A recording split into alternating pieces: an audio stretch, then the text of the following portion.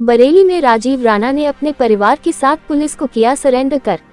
Bareilly Pilibhit bypass पर बजरंग ढाबे के पास बीती 22 जून की सुबह गोलीकांड को अंजाम देकर कानून को चुनौती देने वाले सभी आरोपियों पर पुलिस प्रशासन की निगाहें टेढ़ी हो गई हैं, जिनमें से मुख्य आरोपी राजीव राणा पर गुरुवार सुबह को बीडीए ने भारी पुलिस की मौजूदगी में तगड़ी कार्रवाई की और उसके होटल पर बुलडोजर चलाना शुरू कर दिया, जिसके कुछ ही घंटों में गोलीकांड के बाद से फरार बिल्डर राजीव राणा अपने परिवार समेत मौके पर पहुंच गया और सरेंडर कर दिया।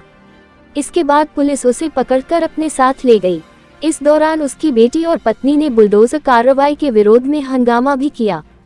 बता दें, पीलीभीत बाईपास पर एक प्लॉट पर कब्जे के लिए 22 जून की सुबह करीब 6 बजे भारी संख्या में बदमाशों ने फायरिंग करते हुए मार्बल की दुकान पर बुलडोजर चलाना शुरू कर दिया था। करीब 2 घंटे तक जबरदस्त फायरिंग के दौरान 100 से ज्यादा गोलियां दागी गई थी। इस मामले में एक पक्ष से राजीव राणा, पूर्व विधायक पप्पू भरतौल और दूसरे पक्ष से आदित्य उपाध्याय समेत 50-60 लोगों के खिलाफ एफआईआर दर्ज की गई थी। दूसरे पक्ष के आदित्य उपाध्याय और उसके पिता को तो शनिवार को ही गिरफ्तार कर लिया गया, लेकिन हमला करने का मुख्य आरोपी राजीव राणा और उसका प्रमुख सहयोगी हिस्ट्री शीटर केपी यादव अब तक फरार चल रहा था। एसके आवाज संवाददाता की रिपोर्ट। मारना चाहे एक तरफ से चंदू पंडित को मारना और चंदू पंडित से पुलिस आई वहाँ पे शुरुआत हो गई थी। सारे फुटेज में सारी सीसीटीवी चेक करवाई।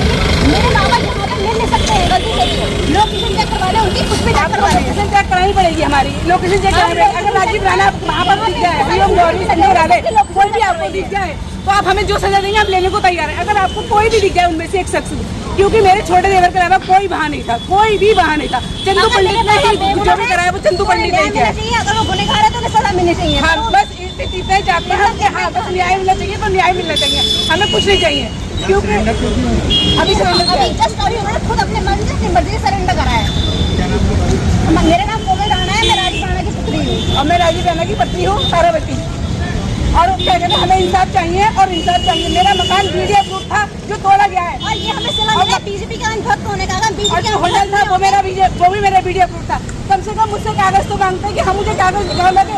मुझे मेरे तो घर पे पैर ऐसे बढ़ा लेकिन मैं घर में घुसी नहीं सकती थी, इतना कराया जा रहा था हमारे लिए। हमारे घर के अंदर प्रॉपर्टी के सारे कागज है, हमको सब कुछ दिखाने को तैयार है। हमसे मांगते कि हमें ये चीज चाहिए, हमसे किसी ने कुछ नहीं मांगा सिवाय हमारे घर पे बुलडोजर चलाने के अलावा। किस नेता के समर्थक थे?